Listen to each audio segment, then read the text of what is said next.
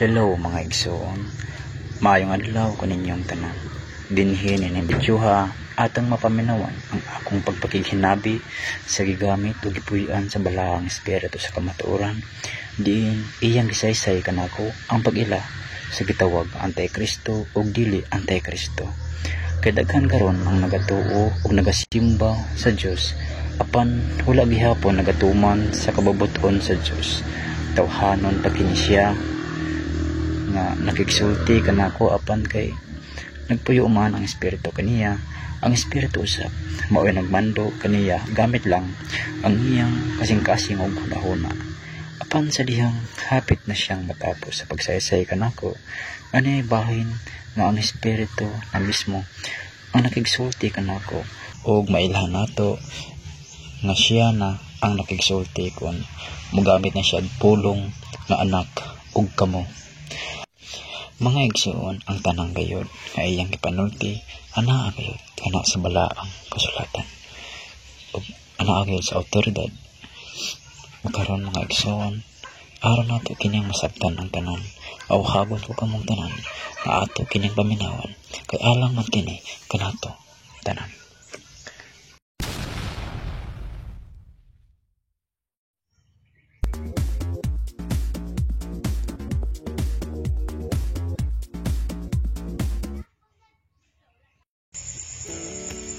Napol, okay kung tanan mo. Kung saan pag-ila sa Antikristo, dili Antikristo. Dali ramang kain na sabton, kaya naman na sa balaang kasulatan. Di ba si Kristo nag-ingon siya nga ibili niya nga malinawon ang kalibutan kung sundon niyo kini. Higugma ang Diyos at tibok mong kasing-kasing o una-una o kahadlukan siya. Kung higugma yung isikaingon sa mas ibig kaugalingon. Kung nahigugma ka sa Diyos, putungan din ka sa iyang mga sugo. Nan karon kung wala ka nagatuman, anak, matawag ka nga Antikristo. Kung sa may gingbot itasabot, kung unsa gani ang dili buhato nimo sa imong isig kataw, sa imong kaugalingon, ayaw buhatan adto kanila. Niya, niingon si Jesus, nga pagpaubos ka mo, ayaw ka mo pagpataas. Kaya pagpataas, ipaubos. Ayaw ko niyo gamitan nga mahingo kamong halandon o bandi anon. Gamitan ninyo ang anaa ninyo nga doon kanako. Kung anaa ka na sa tagsa-tagsa, nagpasabot ka na nga dili ka. Sumusunod ni Kristo. Anaa na ang kahibalo ka na to. Ngayon sa gamita ka na, dili ka mo malayo ka na po.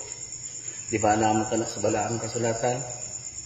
Pagpaulipon ka mo, ulipon. Ayaw pagsipsip sa galon.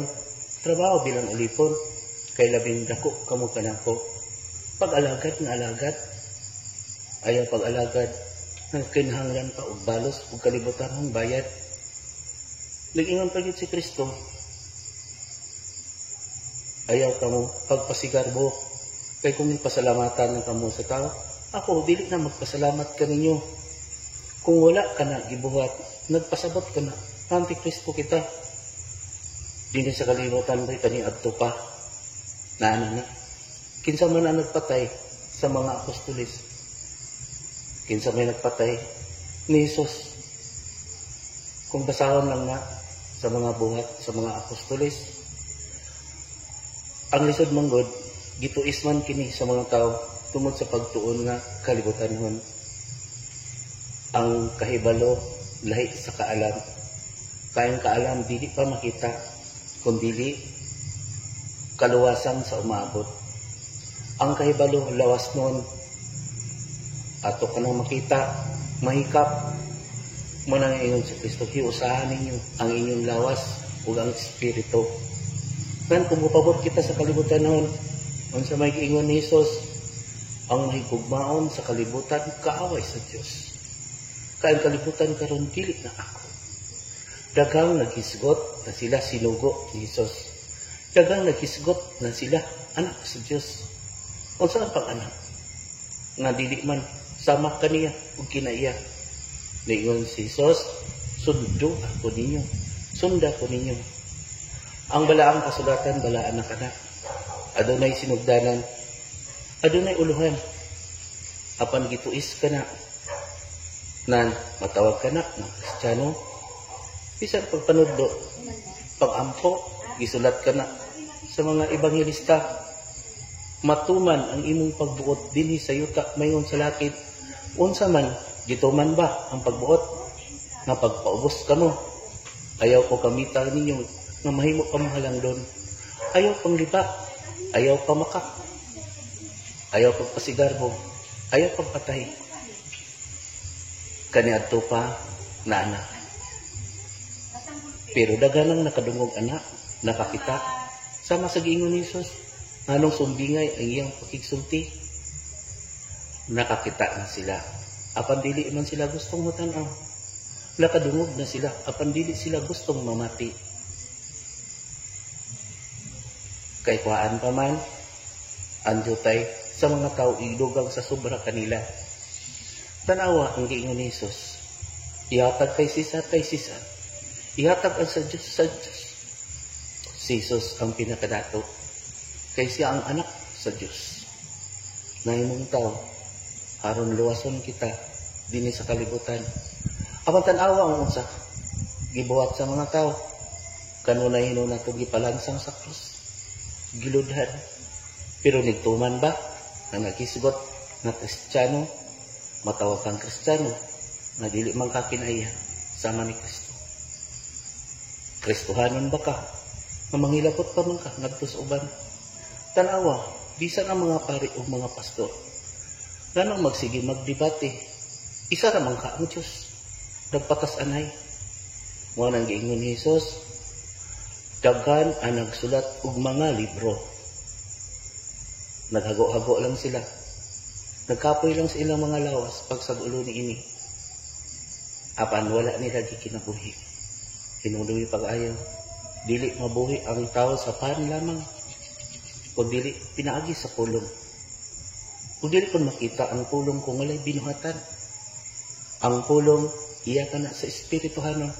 Anaa ka na sa balaang kasulatan. Mao ka na ang pagkaon sa espirituhanon.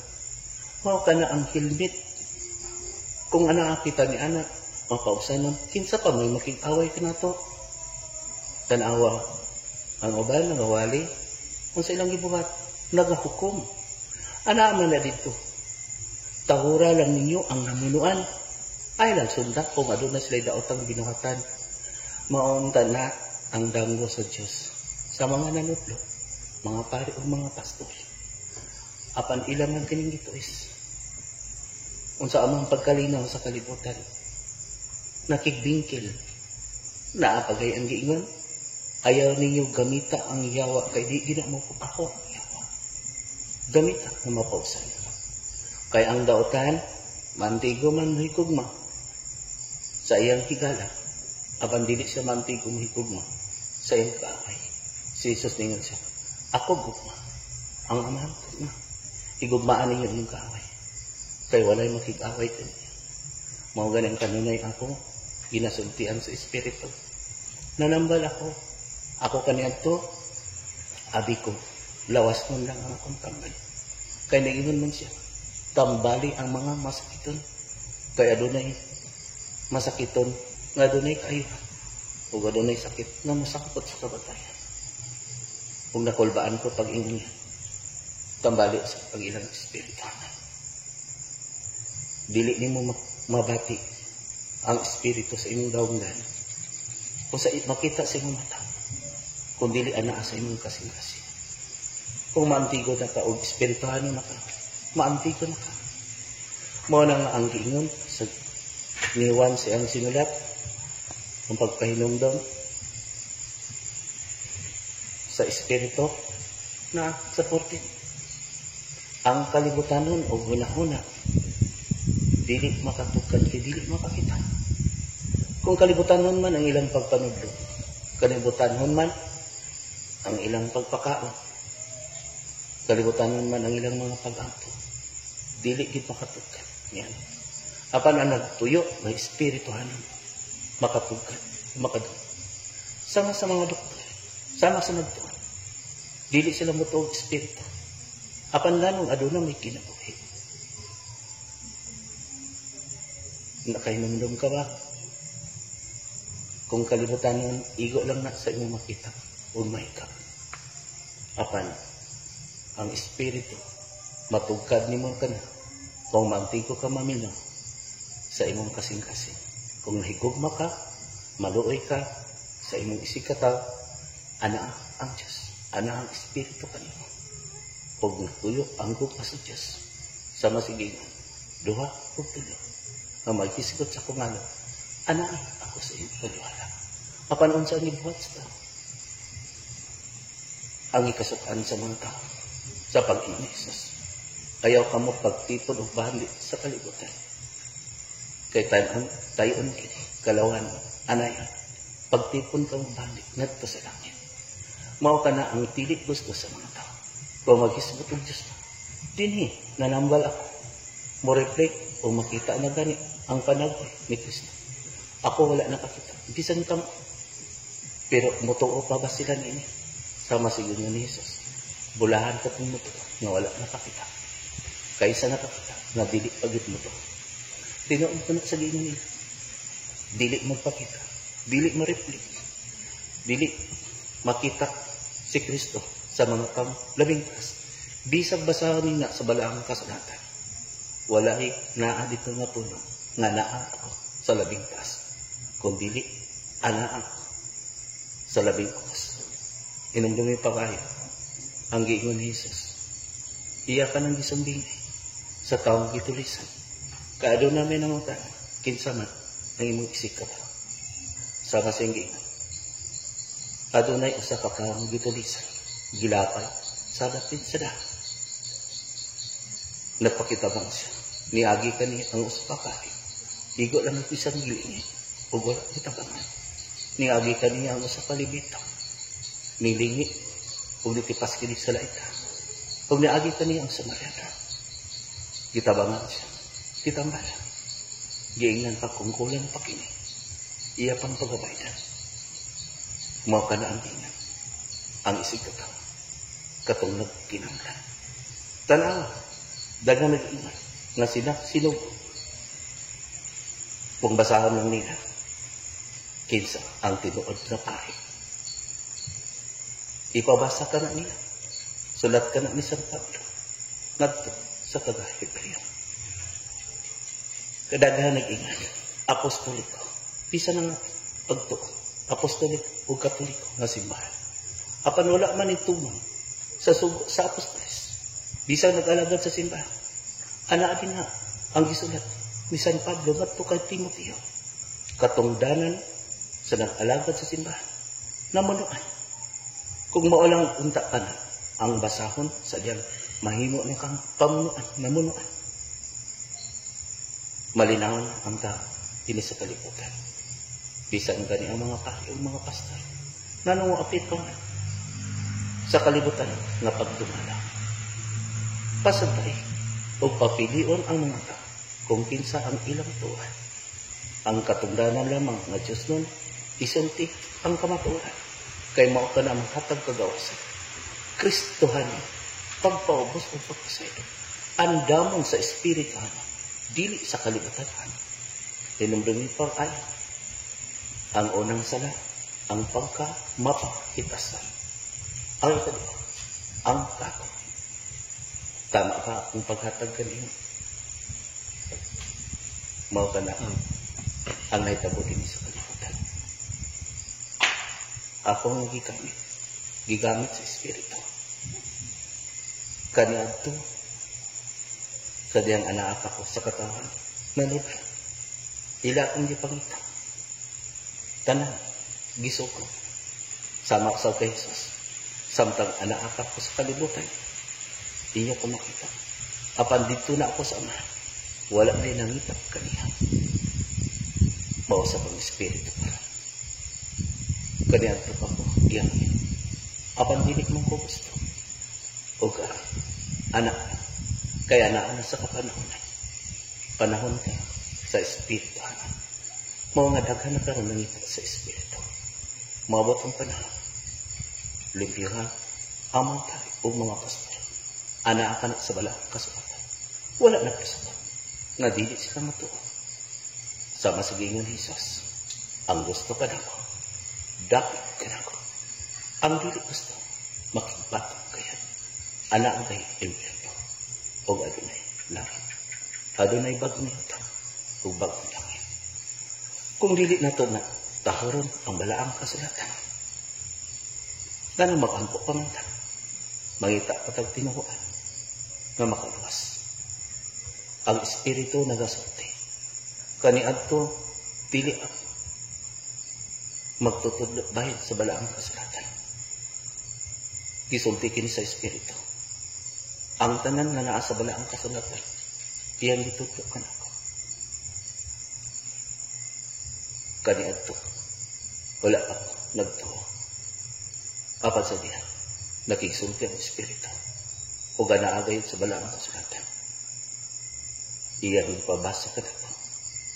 Ang John 16, ang buhat sa Espiritu. Natingala ako, anak ko sa ubos. Dili malang, dili pari. Wala sa may pasigat ko. Mga katungdayan, sama sa kay Jesus kanya ito. Wala sa nagutuan. Nandot ka. Mosok ka. Wala na kong ipangita sa mga panahon. Kanya ito ipangita kung kalimutan. Mausap ka. Tambalan ang mga masakitan. Laki-lakihan ang mga piyangan. Payo ang mga kiwang. Bistihan ang mga hukom. Pasodlat ang dumudong. Siwan, abunangan ang mga lipaw. Patagon ang nagsagansakan.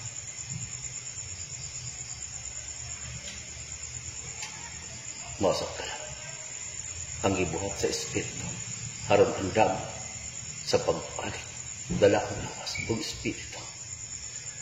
Dili makipinggil, dili makikaway, kung dili gustong makikiusa. Kung Diyos nun kita, dili na kita makaway. Dili na magdebate, dili na makukum, kaya naghukum, pag-hawak na usa. Alakat lang, nga walay payan. Pagpaulito, kaya nabing, dako na nagtuko niya. Basahon ang balaang kasulatan. Basahan na niyo pa. Ikat sa pamagat hukuman ng tanan. Harang masaktan.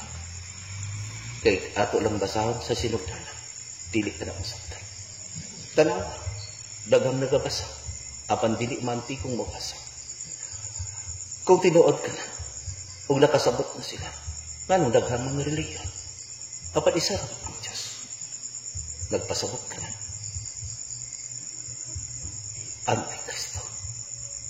Nagpa-Diyos-Diyos. Isa lang ang Diyos. Isa lang ang luluwas. Si Kristo Jesus.